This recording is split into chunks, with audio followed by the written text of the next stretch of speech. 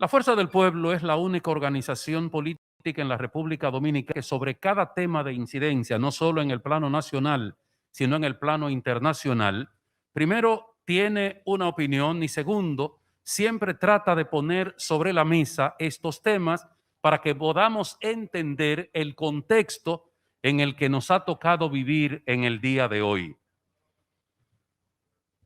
La Fuerza del Pueblo, a través de la Secretaría de Asuntos Internacionales, presenta el panel Rusia, Ucrania y Occidente, contexto histórico y realidad geopolítica actual.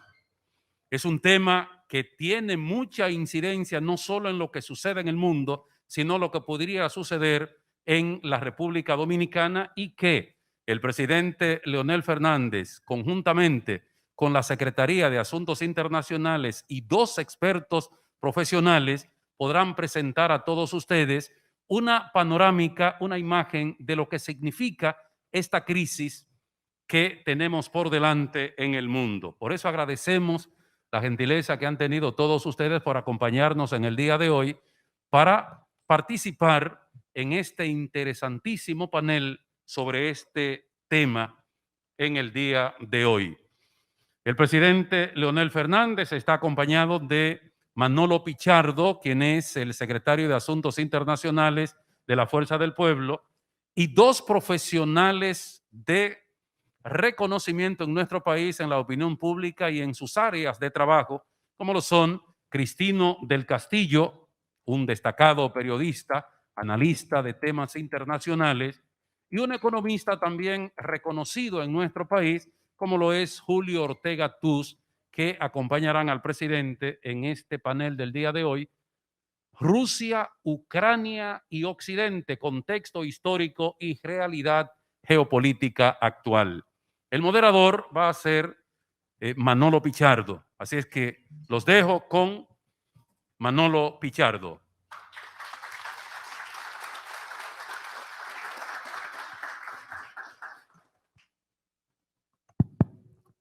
Buenas noches, compañero presidente Leonel Fernández.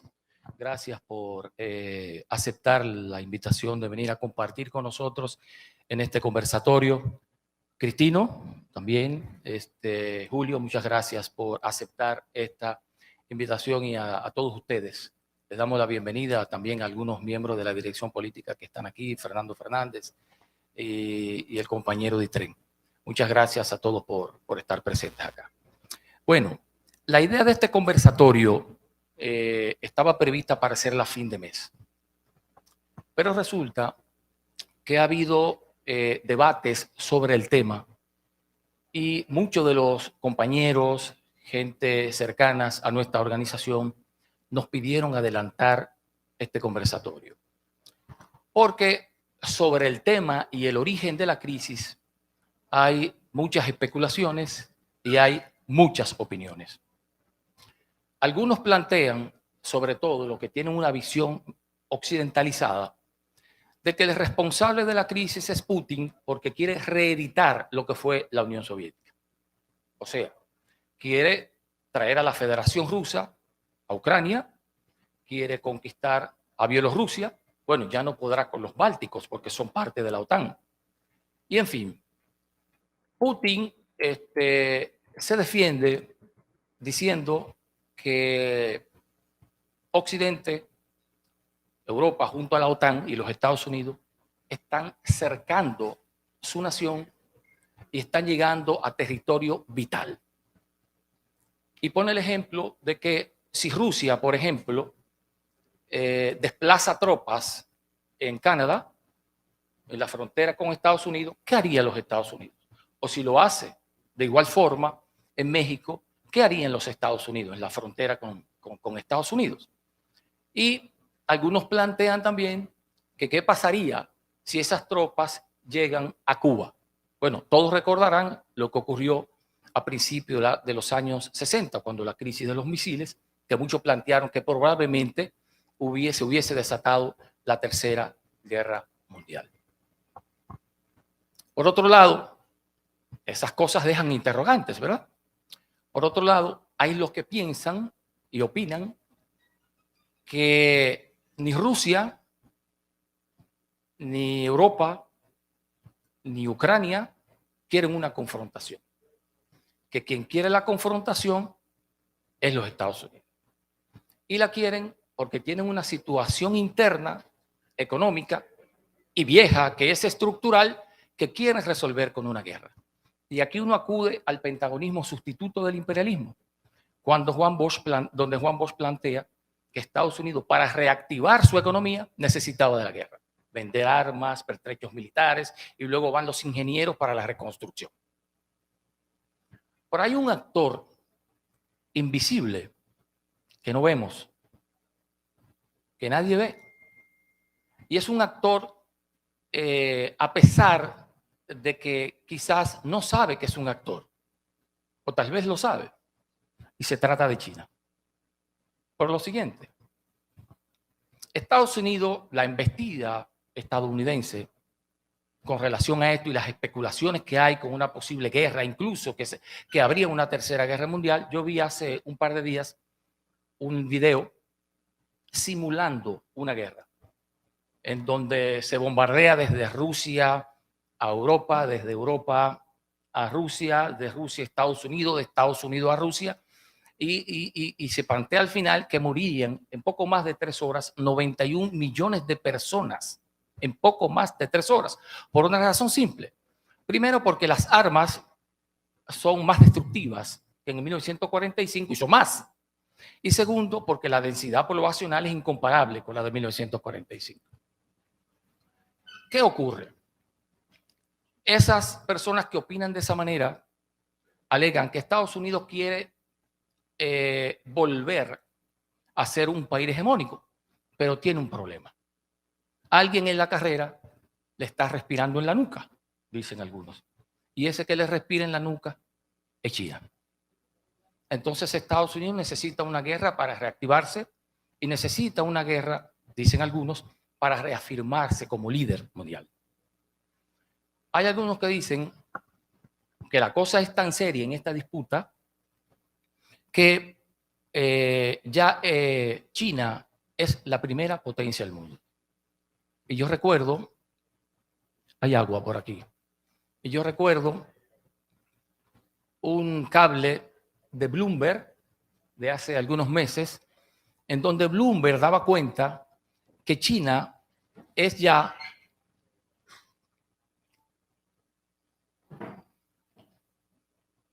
gracias, presidente.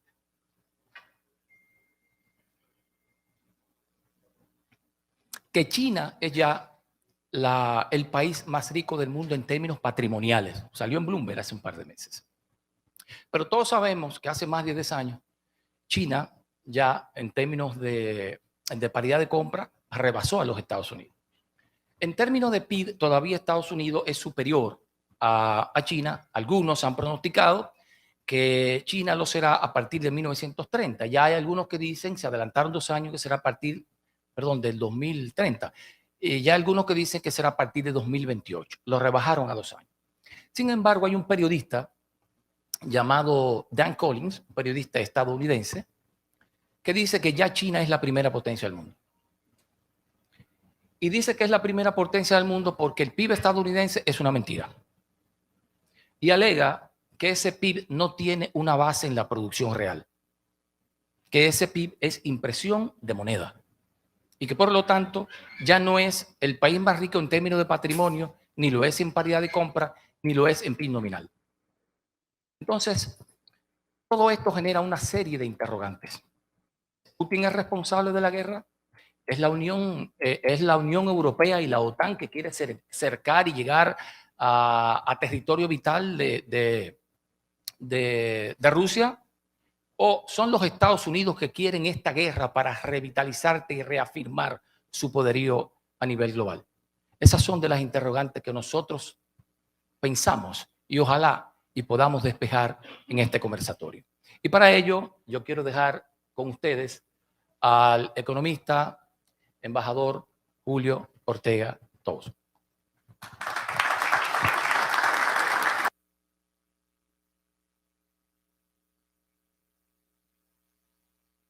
Bueno, muchas gracias.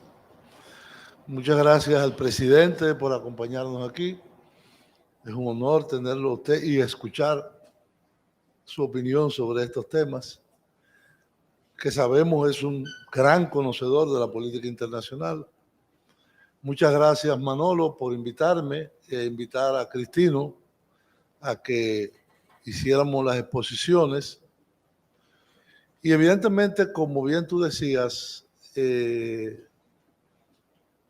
la situación de tensiones que existe a nivel de Europa central, de la zona del Mar Negro, Rusia, Ucrania,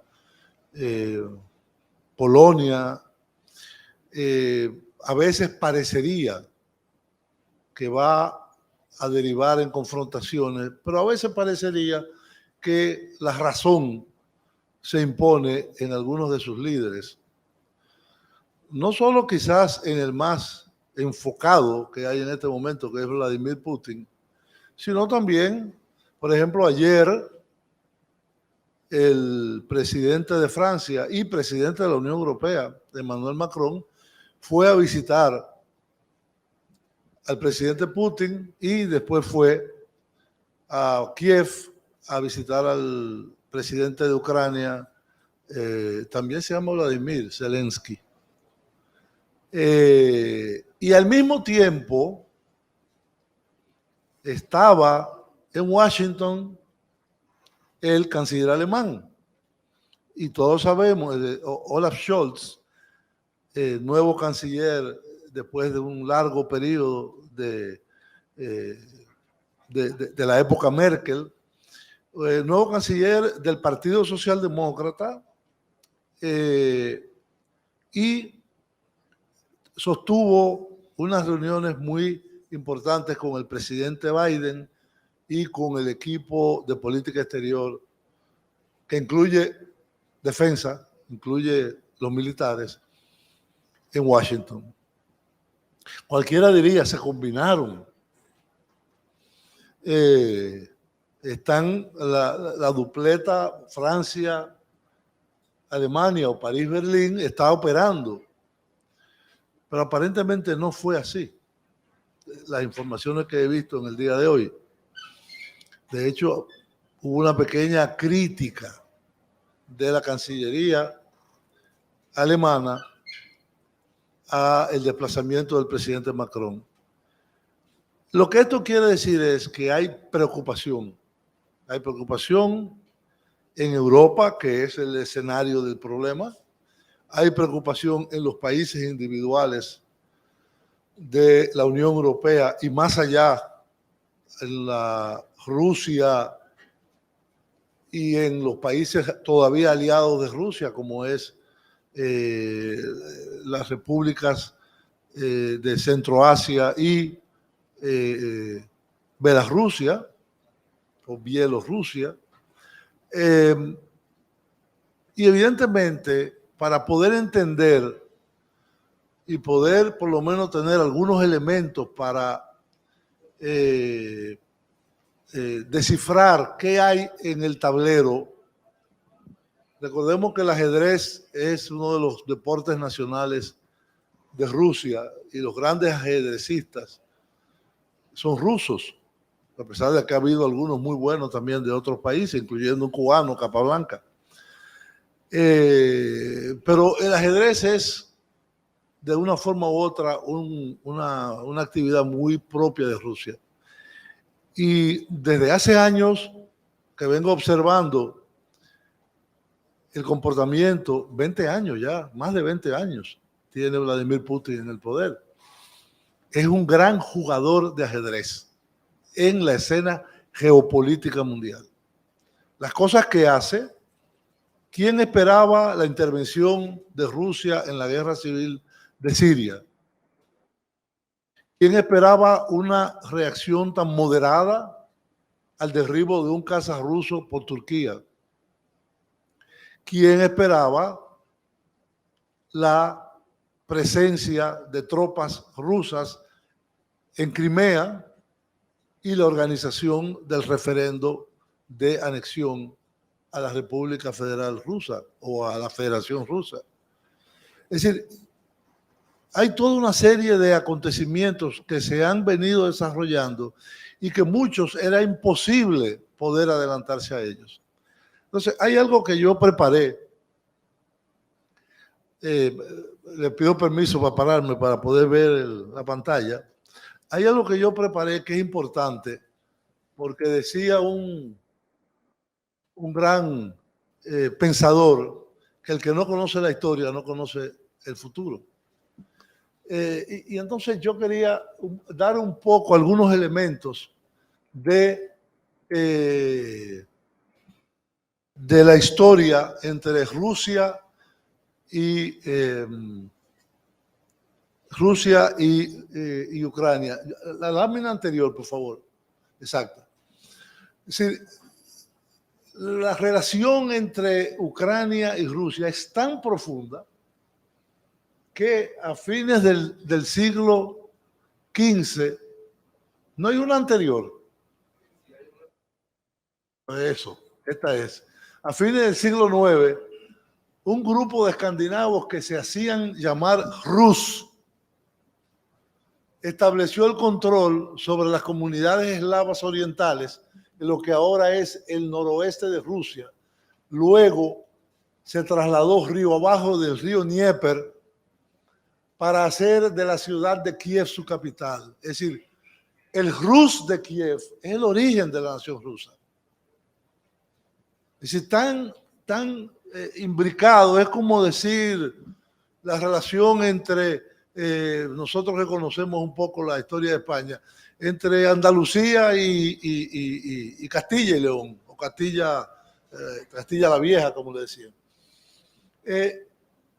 Vladimiro I, que fue el estadista que introdujo el cristianismo en el Estado ruso medieval, en la Rus de Kiev, a fines del siglo X, definido por Kirill, que es uno de los propagadores otomanos del cristianismo, el cristianismo oriental, es llamado en el siglo X, para fines del siglo X, a Vladimiro I como padre del pueblo ruso y símbolo de la unidad de los pueblos en plural de la Rusia histórica. El origen étnico-cultural del gran Rus en la historia de Rusia y en su origen se sitúa en Kiev. Kiev, capital de Ucrania, en el siglo XII. Estos son datos, estos no son interpretaciones. Pero ahí vemos la imbricación entre el pueblo ruso, su etos, su visión de mundo y el papel de Ucrania. La siguiente, por favor. Entonces, a fines del siglo XIV, el Gran Principado de Moscú, que ya se había formado, y el Gran Ducado de Lituania dividieron las antiguas tierras del Rus de Kiev. Pedro el Grande inicia la incorporación de Ucrania al ya imperio zarista a finales del siglo XVII. Y en 1764, la emperatriz Catalina la Grande abolió el hetmanato, que es una primera forma de protoestado en Ucrania, no en un estado formado completamente, para borrar los últimos restos de la autonomía ucraniana, y el ejército ruso destruyó el bastión cosaco en el Dnieper. En 1876, el zar Alejandro II, que es el padre de Nicolás, el último zar, firmó la ley EMS, que prohibía toda publicación en idioma ucraniano. Es decir, Ucrania se rusificó. Y se podría decir que todavía hoy, 30 años después de desaparecida la URSS, todos los ucranianos, tú me dejarás o me desmentirás, casi todos hablan ruso.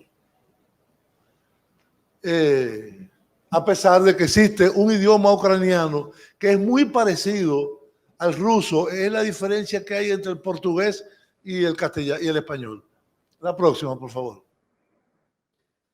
Ahora, a partir del siglo XX se produce una serie de acontecimientos que son muy importantes.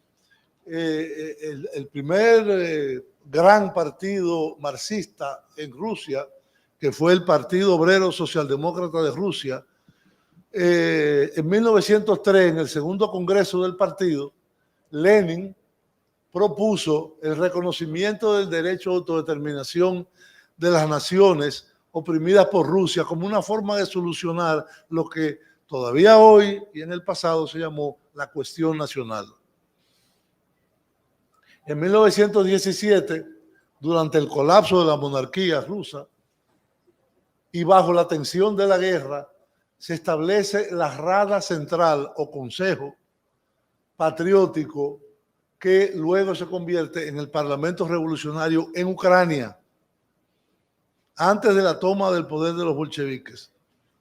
Con ello se establecen las bases para la resolución de la cuestión territorial de las repúblicas que posteriormente se unen en la Unión de Repúblicas Socialistas Soviéticas, en el artículo 72 de la Constitución, que les concedió el derecho a la autodeterminación y a la secesión. Si toda república que formaba parte de la Unión podía separarse en el momento que lo decidiera, según esta Constitución. La República Popular de Ucrania declaró la plena independencia en enero de 1918 y firmó un tratado de paz con las potencias centrales en Brest, en el mismo lugar en que posteriormente el comisario de Relaciones Exteriores, León Trotsky, firma el Tratado de Paz con Alemania, lo que incidió en el fin de la Segunda Guerra Mundial, de la Primera Guerra Mundial, y eso lo hicieron ellos antes que los bolcheviques hicieran lo mismo.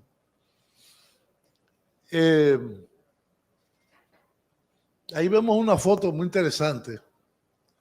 Esa foto está falsificada. Esa foto es una foto de, en pleno fervor revolucionario, Lenin hablándole al pueblo.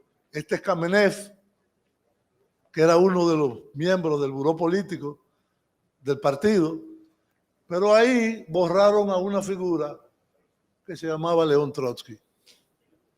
La borraron en el periodo estalinista, evidentemente. Quien quiera puede buscarlo y lo va a ver.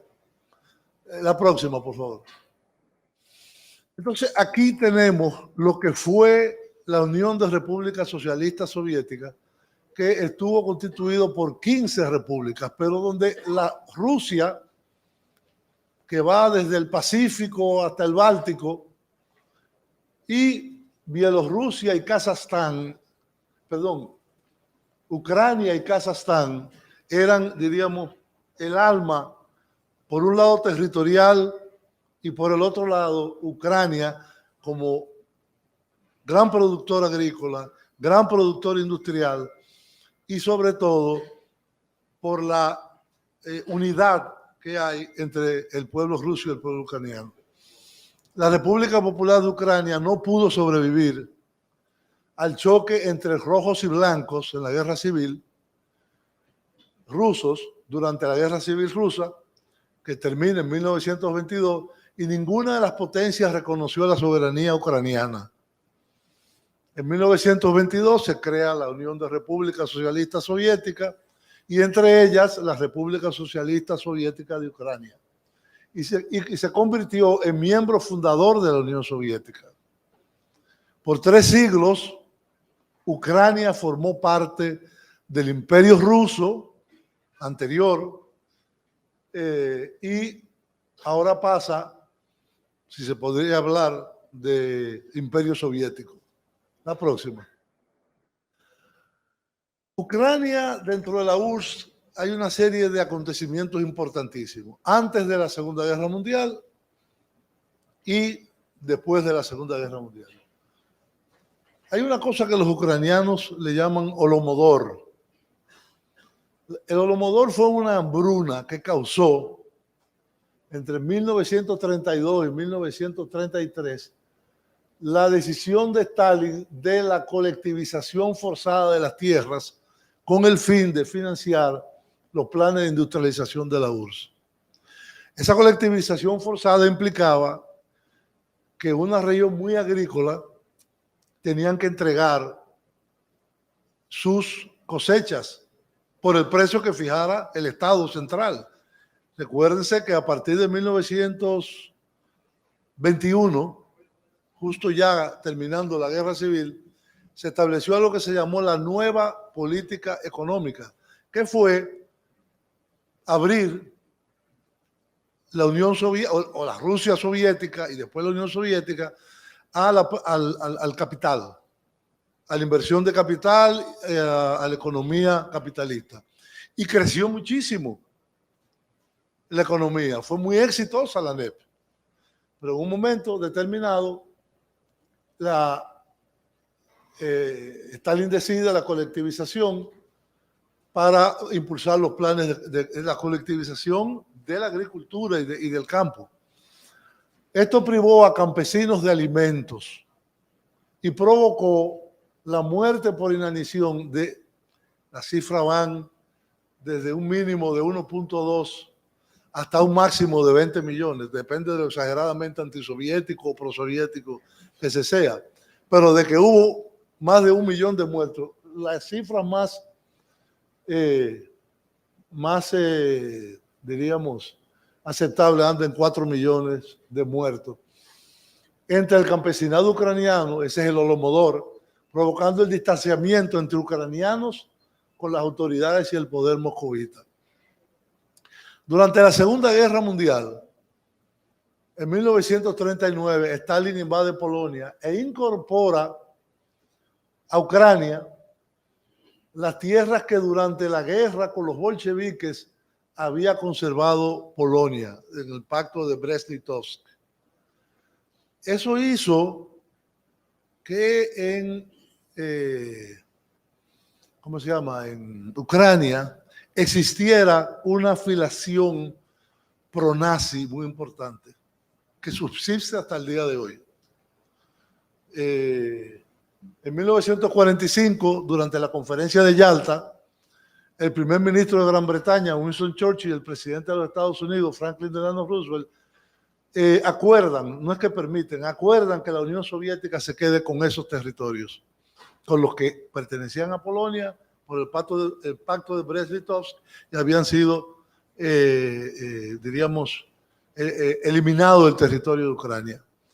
La población de Ucrania sufrió entre 5 y 8 millones de muertos durante la ocupación nazi de Hitler y en la defensa de la URSS, tanto en batalla como en matanzas. Uno de los lugares donde más se mataron judíos fue en Ucrania, y la batalla por Crimea y Sebastopol es épica. No me voy a extender más porque si no el tiempo que me dieron se me está acabando ya. La próxima. En Ucrania, la anterior. Ucrania dentro de la URSS desarrolló un importante complejo militar e industrial, por lo tanto. Y el país se industrializó mucho. Con casi 1/3 de la industria militar de la Unión Soviética dentro del territorio que hoy es Ucrania. En 1986 hubo un accidente nuclear terrible que todos conocen, el accidente de Chernóbil, que creó un desastre, uno de los desastres nucleares más graves de la historia.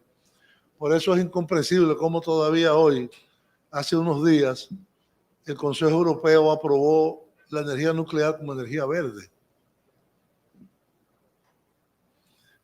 Es verdad que no hay emisiones en la producción de energía nuclear, pero el día que falla tenemos a Fukushima, tenemos a Three Mile Island, que no llegó al derrame, y tenemos Chernóbil, que es el caso peor. Se evacuaron 125,000 personas y quedaron afectadas radioactivamente más de 2 millones de personas, no solo ucranianos, porque es en la frontera con con Bielorrusia. La reacción del poder central moscovita frente a las víctimas fue valorada negativamente por los ucranianos por una tendencia muy marcada en toda la historia, inclusive post-estalinista de la Unión Soviética, a esconder la realidad o a disminuir el impacto. Al final tuvieron que reconocer lo que pasó en Chernóbil. Y hay un hecho que recientemente se cita mucho, y es que en 1954, el entonces recién posesionado secretario general del Partido Comunista de la Unión Soviética y presidente de la Unión Soviética, Nikita Khrushchev, organizó una transferencia de un territorio históricamente muy importante, que es la península de Crimea, que siempre había sido rusa, y la transfirió a Ucrania. La próxima. En 1991, Ucrania declara su independencia y decreta la suspensión de la actividad del Partido Comunista dentro del territorio de Ucrania. El día 8 de diciembre de 1991, Ucrania, Rusia y Bielorrusia, la Rusia de Yeltsin, acuerdan crear la Comunidad de Estados Independientes, que fue una especie de intento de mantener algún tipo de coordinación entre las repúblicas exsoviéticas.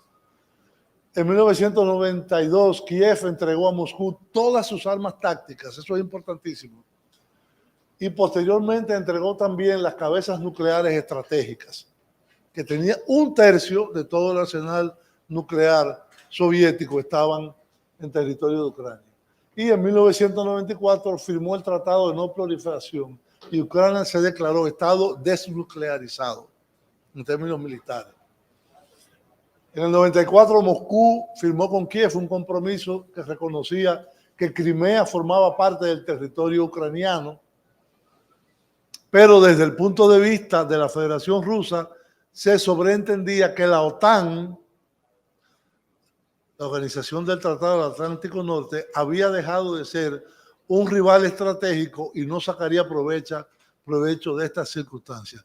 Compromiso que todo el mundo cita ahora, que fue verbal y que no se materializó documentalmente. Es la primera vez que un imperio se derrumba y no hay acuerdos territoriales.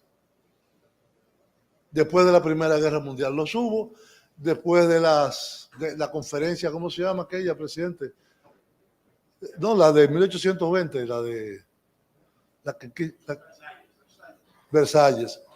En todas... Julio, perdón, tú das un dato ahí interesante, y es cuando Gorbachev firma la desaparición de la Unión Soviética, se crea un acuerdo no escrito. Eso por lo menos revela... Verbal, que lo revela Gorbachev en sus memorias, sí, en donde se planteaba que Occidente iba a respetar la neutralidad de las ex repúblicas soviéticas. No, y no solo las ex repúblicas soviéticas, las ex repúblicas del llamado campo socialista. Ah, no, claro, de toda la órbita Polonia, claro. Hungría, Checoslovaquia, etcétera, etcétera. Ese es un dato importantísimo para lo que viene después. En 1995, Rusia y Ucrania firmaron un acuerdo para que la flota rusa del Mar Negro pudiese permanecer en el puerto de Sebastopol. La Revolución Naranja, la llamada Revolución Naranja del 2004-2005, fue una completa sorpresa para el Kremlin. No se esperaban un giro de este tipo, y el triunfo de Víctor Yushchenko y Yulia Timoshenko, que eran dos figuras muy exaltadas contra Rusia y muy pro-occidentales, lo que violaba ese pacto. La próxima. La integración de las repúblicas bálticas en la Alianza Atlántica en 2004 ya es el primer quiebre. Las repúblicas bálticas, que son 3, Lituania, Latvia y Estonia, eran parte del territorio de la URSS. En 2010 obtiene la victoria un candidato, Víctor Yanukovych, que favorecía los propósitos del Kremlin para que Ucrania no entrara, no solo en la OTAN, sino en la Unión Europea, que mantuviera una cierta neutralidad. Pero en noviembre del 2013 estalla una llamada revuelta del Euromaidán que termina en un golpe de Estado. Simple y llanamente es un golpe de Estado lo que se produjo. Y Yanukovych tiene que huir. Hay muchos muertos. En el caso de Odessa, recuerdo la casa de los sindicatos incendiada con decenas de personas dentro, y en el mismo Kiev también. Las maniobras en Ucrania Occidental para tomar el control de los territorios más prorrusos, estallando en abril del 2014 un conflicto armado en el Donbass. El Donbass son los territorios al este de Ucrania, que son no solo rusófonos en el término de que hablan ruso, sino son también rusos en términos raciales, que al día de hoy alcanza 14.000 víctimas mortales. Y solo los acuerdos de Minsk pudieron llevar a una paralización de los combates. La próxima. Ha habido un ascenso de las organizaciones fascistas en Ucrania, algo que es como minimizado por Occidente. Realmente no es que sean la mayoría de los dirigentes ucranianos, pero hay un ascenso evidente de organizaciones neonazis, de personajes neonazis, inclusive la exaltación del pasado de la ocupación nazi. El Kremlin, en los últimos años, sobre todo de la era Putin, y los años más estables a partir del 2010, 2008, 2010, de la era Putin, comienza un proceso de modernización del material militar del ejército ruso. La prensa occidental, entonces, habla desde hace más de 100 días, el día de hoy, de la inminente invasión rusa. Usted coge periódicos serios, New York Times, Washington Post, Le Monde, El País, CNN, Bild, todos los occidentales. La inminente, yo dije, pero déjame ver, ya que pasaron 100 días, ¿qué es inminente? El diccionario de la Real Academia dice que es inmediata, que es ya. Entonces, parece que hay una inminencia, que era como la revolución inminente de Fafa, que nunca llegaba. La inminencia de la invasión tampoco llega. Entonces, la próxima. Este es un mapa interesante, porque este es un mapa que nos muestra cómo se ha expandido la OTAN. Lo azul era la OTAN al momento, inclusive todavía aquí está Alemania Oriental, que no era parte de la OTAN, pero ahí se pone ya la Alemania unificada. Lo azul es la OTAN en el año 1991. 97, sí, ahí lo dice. Pero era igual en el 91. Comienzan las incorporaciones. Las 3 repúblicas bálticas, Estonia, Letonia, Lituania, después Polonia, después la República Checa, después Eslovaquia, Hungría, Rumanía, Eslovenia, Croacia, Montenegro, Albania, Macedonia y Bulgaria. Y ahora la meta es incorporar a Ucrania. Si eso no es lo que Manolo caracterizó como un cerco, yo no sé lo que es un cerco. Hay algunos pensadores occidentales que han comparado el cerco de Ucrania por el ejército ruso con lo que hizo Hitler antes de invadir Polonia. Pero ¿y lo que estuvo antes? ¿Qué pasó? Esto. La siguiente. Aquí tenemos una comparación de lo que era la OTAN a principios del 91.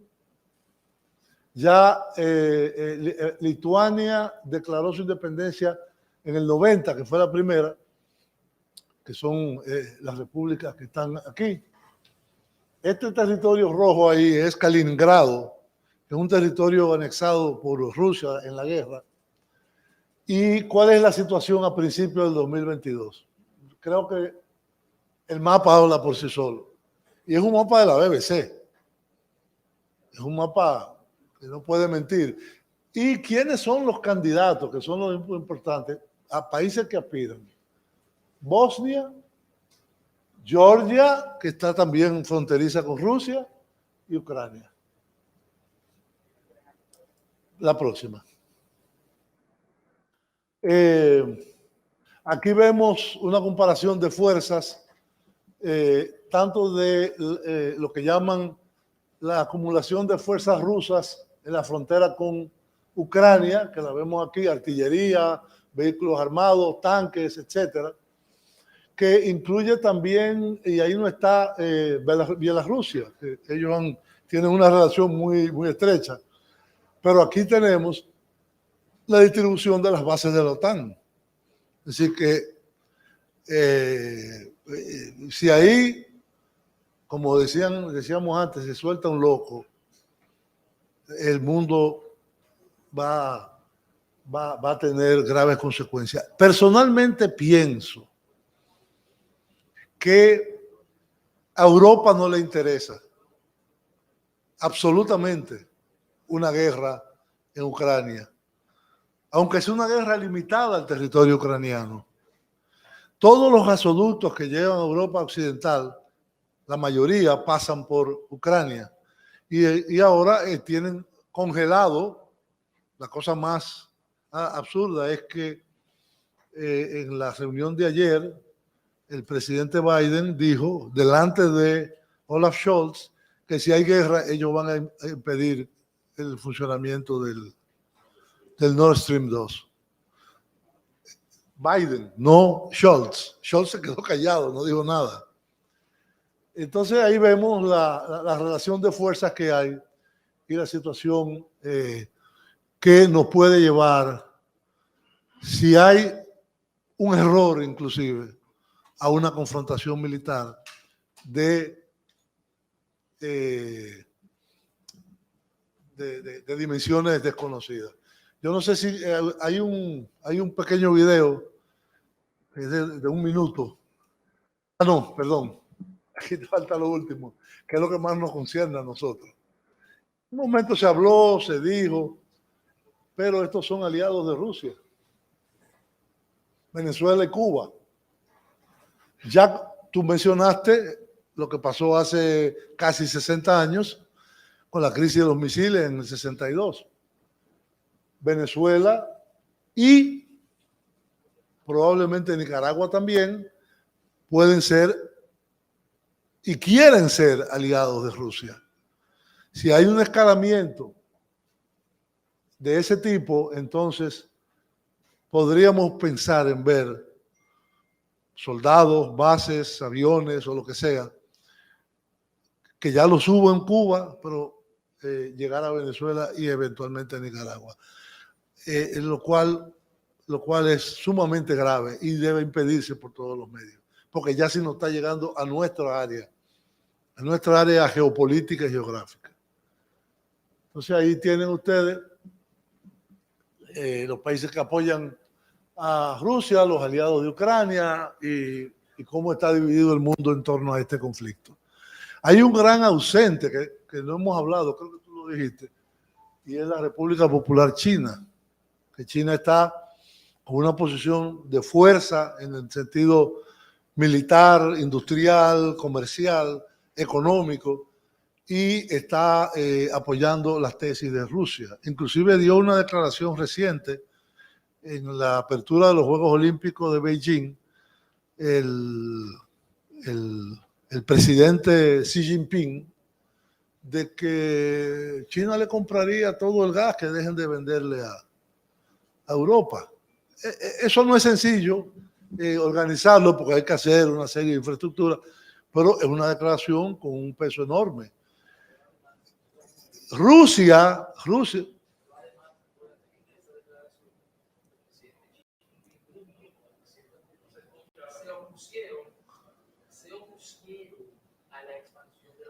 Sí, sí, claro. en esa, Sí, sí. en esa reunión. Sí, sí.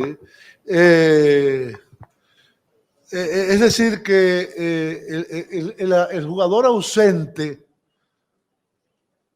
que no es Macron, que no es Scholz, que no es la Unión Europea, que no se menciona mucho, es China, por el peso económico y por su estrecha, los Estados Unidos están logrando algo que no le interesa, que es unir cada vez más al país más grande del mundo y al país más poblado del mundo. De la situación. Entonces, finalmente, creo que está el videíto, que es un poco terrorífico.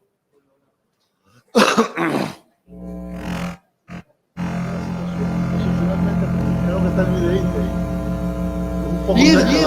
es un poco terrorífico.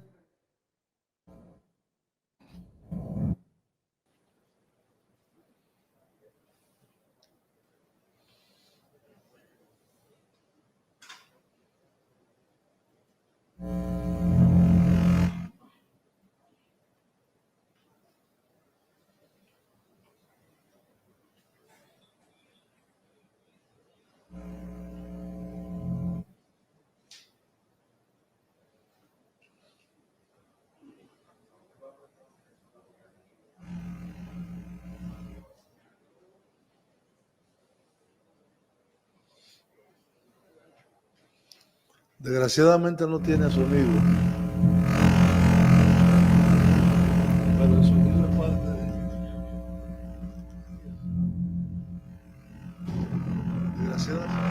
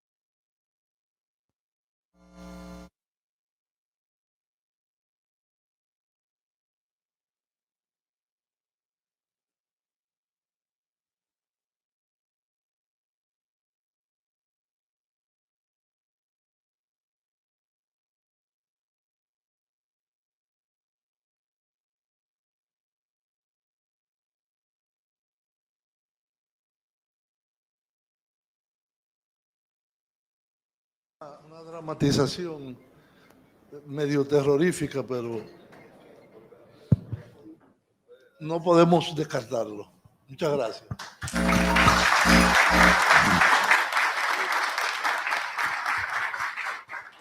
Muchas gracias, Julio. Ha analizado la crisis ucraniana desde una perspectiva histórica que nos ha ayudado incluso a entender muchas de las cosas que se están produciendo hoy día.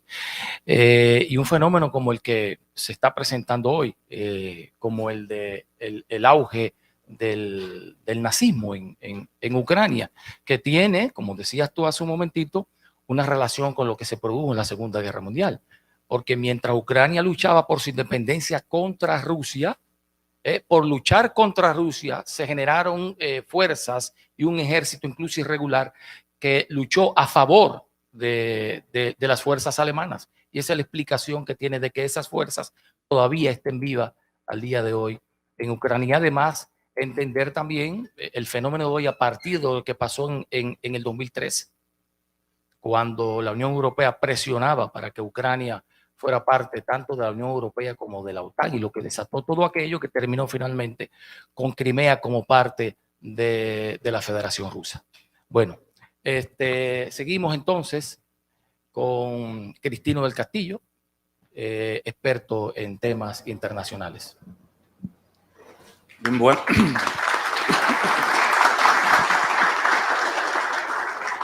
Buenas noches. Quiero ante todo agradecer la oportunidad de compartir aquí en este escenario con todos ustedes, con la presencia del doctor Leonel Fernández, gran líder político, gran estadista y, como dijo Julio Ortega, también un gran conocedor de los temas internacionales. No común en los presidentes dominicanos. Así es. Muchas gracias, Manolo, Julio.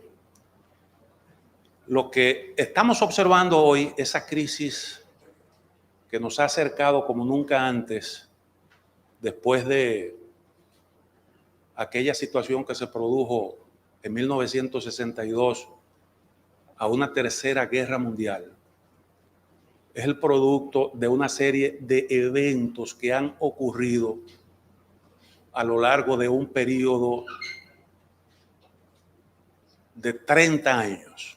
Naturalmente hay situaciones que ya Julio nos explicó y que tienen sus raíces en un pasado mucho más remoto. Y como se trata de una situación que se ha venido gestando con el paso del tiempo, es un poco difícil escoger un punto de partida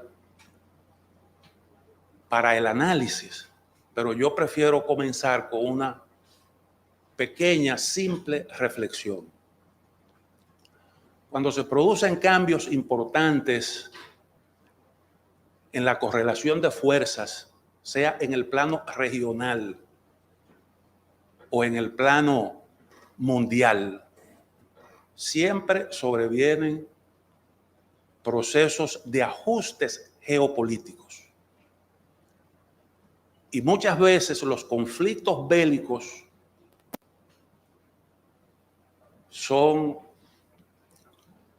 pueden producir cambios en esa correlación de fuerza. Lo vimos al término de la Primera Guerra Mundial, recuerden, Yalta, Potsdam, las reparaciones que se le impusieron a Alemania, la distribución de las zonas de influencia y un largo etcétera. Al término de la Segunda Guerra Mundial se produjo algo parecido. Los duros términos de capitulación que se le impusieron a Japón, la división de Alemania en sectores de influencia, los soviéticos que se hicieron con el control de Europa del Este y también un largo etcétera. Pues algo parecido observamos al término de la Guerra Fría. Pero la Guerra Fría no fue una confrontación en el plano militar, propiamente dicho, aunque tuvo sus puntos calientes. Recuerden el sudeste asiático, África, las guerras de liberación, Namibia, Zimbabue, Angola, Vietnam, por supuesto. Pero fue un enfrentamiento en el plano de la geopolítica y una gran competencia en los mercados. Yo digo que la Unión Soviética sucumbió en la competencia en el mercado mundial y se vio muy debilitada por su aventura en Afganistán. ¿Y qué ocurrió entonces? Bueno, la Unión Soviética implosiona, las 15 repúblicas que la conformaban se declararon independientes, los soviéticos tuvieron que replegarse, abandonar Alemania, Alemania se reunificó, también se retiraron de toda Europa del Este. Hoy en día los rusos alegan que todo aquello se habló, que se pactó, aunque no hay un documento. Pero ellos sostienen que hubo la promesa de construir relaciones de amistad, de colaboración. Y bueno,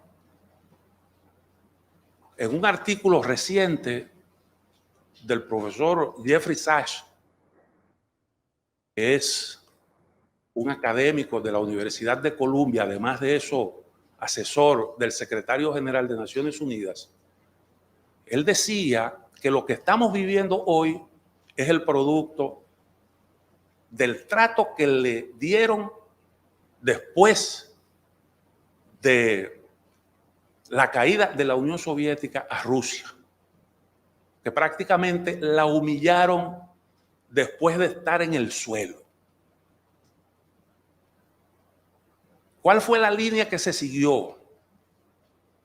Bueno, pues lógicamente Julio hizo referencia a un hecho importante, y es que no hubo aquí un tratado para repartir áreas de influencia y de alguna forma acomodarse a los cambios en la correlación de fuerza, sino que más bien hubo un proceso encaminado primero a cortarle las alas a Rusia para que no volviera a ser un gran jugador en el tablero mundial.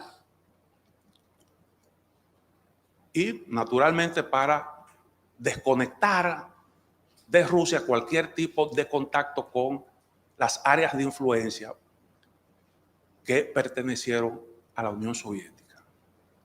Para lograr el objetivo